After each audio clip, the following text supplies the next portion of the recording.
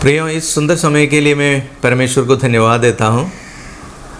ऐसा एक मौके में आप लोगों के साथ प्रभु के वचन के द्वारा बात करने का एक मौका हमारा जीवन में भी परमेश्वर ने दिया। इसके लिए मैं प्रभु को धन्यवाद देता हूँ। और आप सब लोगों को अच्छी भूमि में बोया गया बीज इस श्रृंखला में मैं स्वागत भी करता हूँ। देखो प्रियो, हम सब ये जानते हैं प्रभु यीशु मसीह की सार्वजनिक सेवकाई में जब यीशु मसीह ने देह रूप में हम सबों के साथ इस जगत में थे, 33.5 साल उन्होंने इस जगत में थे। बहुत सा लोग प्रभु यीशु मसीह को ढूंढ करके यीशु के पास आए थे, बहुत सा लोग आए थे। हम ये जानते हैं जो ज्योतिषी लोग यीशु मसीह की जन्म के तुरंत बाद ज्योतिषी लोग जो पूर्व देश में से जो आए थे, यीशु मसीह को ढूंढ करके आए और उनको तोहफ़ा देने के लिए तारा उनको मार्ग दिखाए थे। और प्रभु यीशु मसीह को जा कर के उन्होंने देखा, यूसुफ को, मरियम को, यीशु को देख करके उन्होंने दंडवत। उस घटना को हम मत्ती का सुसमाचार उसका दूसरा अध्याय उसका दूसरा पद में जो पहला पद से जब हम पढ़े, हेरोदेस राजा के दिनों में जब यहूदियों के बेथलेहम में यीशु का जन्म हुआ तो पूर्व के कई ज्योतिषी यरूशलेम में आकर पूछने लगे, यहूदियों का राजा जिसका जन्म हुआ वो कहाँ है? यहूदियों का राजा जिसका जन्म हुआ वो कहाँ है? यीशु मसीह को ढूंढ करके उनका जन्म हुआ, यहूदियों का राजा को जन्म हुआ, उसको मिलने के लिए वहाँ पे ज्योतिषी लोग यीशु मसीह को ढूंढ करके आते हैं। देखो, यीशु मसीह की सेवकाई के समय में देखो, हम जब जक्कई को देखो, जक्कई उनके शारीरिक तौर से वो एक नाटा व्यक्ति था, तो यीशु मसीह को वो देख नहीं सकता था। इसलिए जिस मार्ग से यीशु मसीह आ रहा था, यीशु को देखने के लिए उसको ढूंढ कर जिस मार्ग में जो आ रहा था उसको आगे जा कर के एक गूलर के पेट में जा कर के वो बैठे यीशु को देखने के लिए, यीशु को ढूंढते हुए वो यीशु को देखने के लिए आया। ऐसा जो बहुत सा लोगों को हम ये देख सकते हैं। जो पापिनी स्त्री जो शीमोन के घर में जो प्रभु यीशु मसीह को जो भोजन पर बुलाए थे, वहाँ पे यीशु मसीह को ढूंढकर यीशु मसीह को मिलने के लिए संगमरमर की इत्र के साथ वो पापिनी स्त्री आकर के यीशु मसीह के पास आते हैं। जो 5,000 से अधिक लोग जो प्रभु यीशु मसीह ने दिया हुआ उस भोजन खाने के तुरंत बाद जो दूसरे दिन आकर के यीशु मसीह को खाना खाने के लिए यीशु मसीह के पीछे आएंगे तो हमको अच्छा से खाना मिलेगा, ये देख करके उनके पीछे आते हुए यीशु को ढूंढ करके लोग आते हैं। ऐसा जब हम पवित्र वचन को हम देखते हैं, परमेश्वर को, प्रभु यीशु मसीह को ढूंढते हुए कुछ दूर जाने वाला, कुछ समय उसके लिए बिताने वाला लोगों को हम देख सकते हैं। देखो, पुराने नियम में दूसरा राजा की किताब उसका पहला अध्याय में हम ये जानते हैं, वहाँ पे इस्राएल के राजा जो राजा एहस्या के जीवन में एक दुर्घटना हुआ था। राज मंदिर के अटारी में एक जालीदार एक खिड़की से उन्होंने नीचे गिर गया और उन्होंने पलंग पर हो गया। पलंग पर होने के बाद उन्होंने क्या करते हैं हम ये जानते हैं, राजा एहस्या वो कभी भी परमेश्वर की मार्ग पर चला हुआ एक राजा नहीं था। उनके पिता भी नहीं थे और एहस्या भी नहीं थे। परमेश्वर की इच्छा के बगैर राज्य को शासन किया हुआ एक राजा था, राजा एहस्या। तो ये ऐसा गिरने के बाद वो पलंग पर हो गया, वो हिल नहीं सकता था। और उसके बाद उन्होंने क्या करते, कुछ दूतों को उन्होंने एक दूसरा देश में जिस देश का नाम है एक्रोन में कुछ दूतों को, राजभृत्यों को भेज करके वहाँ पे जा कर के पूछताछ करने के लिए भेज रहे।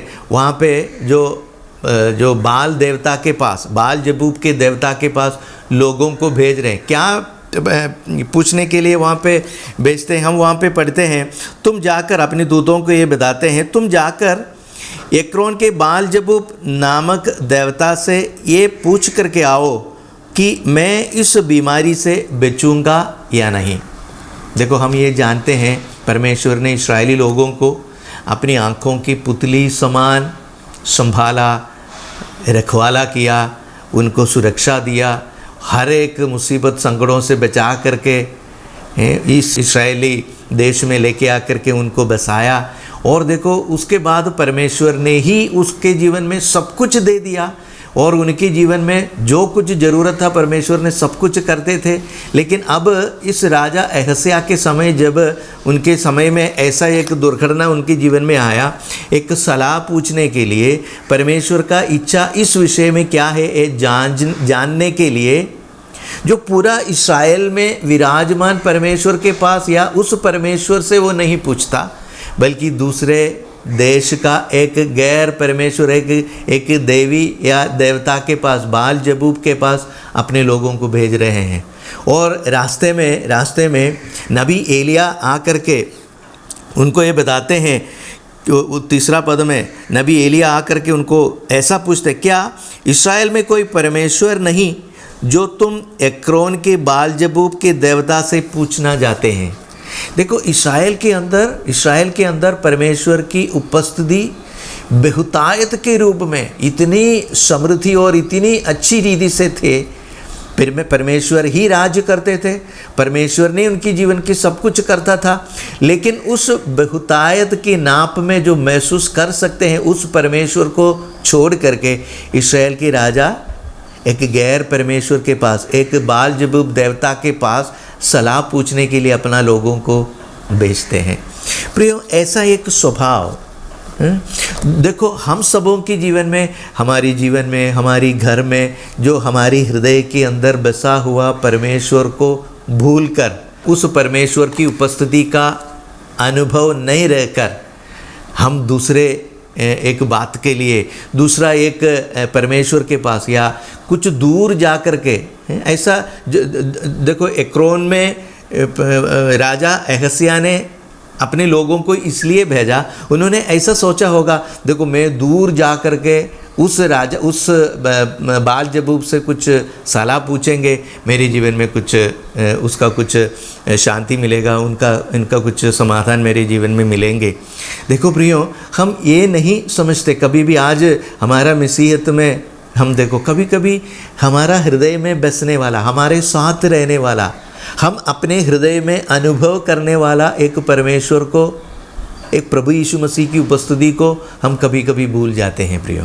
और भूल कर हमको ऐसा लगता है कुछ समय या कुछ दूर जा कर के या कुछ काम या कुछ अपनी जीवन की कुछ काम कर कुछ कर्म के द्वारा परमेश्वर को प्रसन्न कराने वाला एक स्वभाव हम सबों के जीवन में आ जाते हैं प्रियो। देखो 1 कुरिन्थियों की पत्री 3 अध्याय में और 6 अध्याय में, ये दोनों जगह पर हम इस बात को पढ़ते, क्या तुम नहीं जानते कि तुम्हारा देह पवित्र आत्मा का मंदिर है और जो तुम में बसा हुआ और तुम्हें परमेश्वर की ओर से मिला है और तुम अपने नहीं हो। देखो प्रियो, मसीही जीवन में परमेश्वर ने अपनी आत्मा हम सबों के जीवन में इसलिए दिया है, जब चाहे हम आत्मा में एक होकर परमेश्वर के साथ एक बनने के लिए। इसलिए वही कुरिन्थियों की पत्री में हम ये पढ़ते हैं, और जो प्रभु के साथ जो संगति में रहता है, यीशु के साथ जो संगति में रहता है, वो उनके साथ एक आत्मा हो जाता है। देखो जब प्रभु यीशु मसीह ने इस जगत में एक देह के अनुसार, एक शरीर के रूप में यहाँ पे बसते थे, तब उनको मिलने के लिए, उनको ढूंढते हुए लोग उनके पास जाते थे।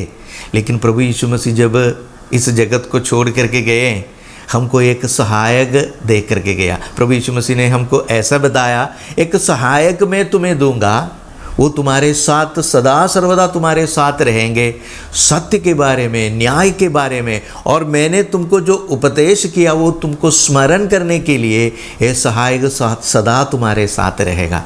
प्रियो, प्रभु यीशु मसीह को हम जा करके एक जगह में जा करके ढूंढते नहीं, बल्कि हम उसको महसूस करते हैं।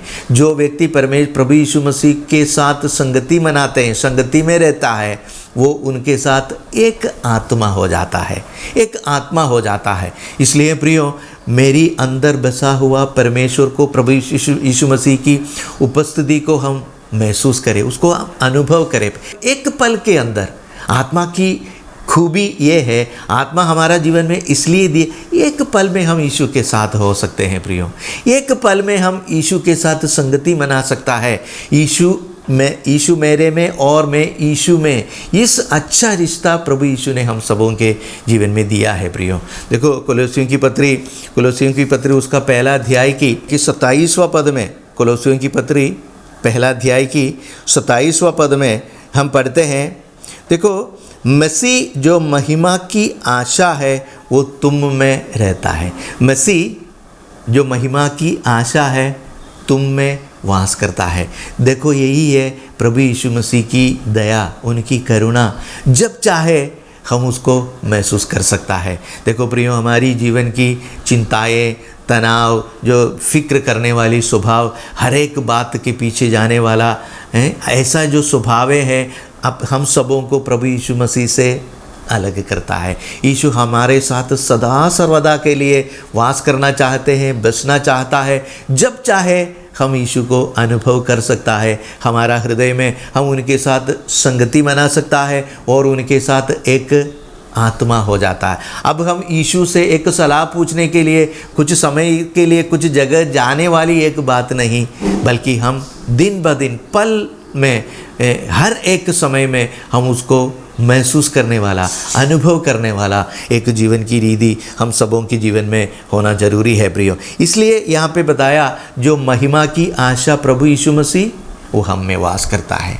देखो समाज को, देखो इस आज की मसीहत में देखेगा, बहुत बड़ा आलीशान घरों के अंदर परमेश्वर वास करता है। बड़े बड़े इमारतों को बना करके परमेश्वर को उसके अंदर बसाने वाला चीज़ों के पीछे लोग भागते हैं। परमेश्वर ने अपने बच्चों को, हृदय को चुने हैं वास करने के लिए प्रियो। कितना बड़ा दया है, कितना बड़ा आशीष की बात है, कितनी बहुतायत से वो हमसे प्रेम करता है प्रियो, ताकि हम सबों का हृदय ही परमेश्वर का निवास का स्थान बनाए प्रियो। इस बहुतायत का अनुभव को हमने वो देखा, इस्राएल के राजा वो क्या करते हैं, इस्राएल के अंदर विराजमान उस परमेश्वर को और उस परमेश्वर की बहुतायत की उनकी उपस्थिति को वो इस्राएल के राजा ऐसा भूल जाते हैं और एक कमी, एक दुर्बल, एक देवता के पास अपने लोगों को भेजते हैं परमेश्वर पर एक सलाह पूछने के लिए। प्रियो, हम सबों के जीवन में परमेश्वर हमारे साथ है प्रियो, यीशु हमारे साथ है। प्रतिदिन उसको हम महसूस करना चाहिए, प्रार्थना करने के द्वारा, वचन पढ़ने के द्वारा, एक शांत समय प्रभु के सम्मुख बैठने के द्वारा हम यीशु के साथ संगति मनाते हैं और उनमें हम एक हो जाता है। यीशु के साथ आत्मा में हम एक हो जाता है। अब हम यीशु के पास जाने के लिए यीशु को ढूंढने वाले में से ना बने, बल्कि हम यीशु को महसूस करने वाला, यीशु की आत्मा को अनुभव करने वाले में से हम बने। यही प्रभु यीशु हम सबों के जीवन में चाहते हैं प्रियो। देखो यूहन्ना की सुसमाचार उसकी 10वां अध्याय में, 10वां अध्याय की 10वां पद में हम ये पढ़ते हैं, यूहन्ना की सुसमाचार उसका 10 में हम ये पढ़ते हैं, मैं इसलिए आया हूँ कि वे जीवन पाए और बहुतायत से पाए। प्रभु यीशु किस लिए आए? जीवन देने के लिए। कैसे जीवन देने के लिए? बहुतायत का जीवन देने के लिए। ये जो प्रभु यीशु हमारे जीवन में देता हुआ हर एक स्वर्गीय आशीष, उसका नाप थोड़े में नहीं प्रिय, वो बहुतायत का जीवन, बहुतायत का अनुग्रह, बहुतायत का आत्मा की शक्ति हम सबों के जीवन में देने के लिए वो तैयार है।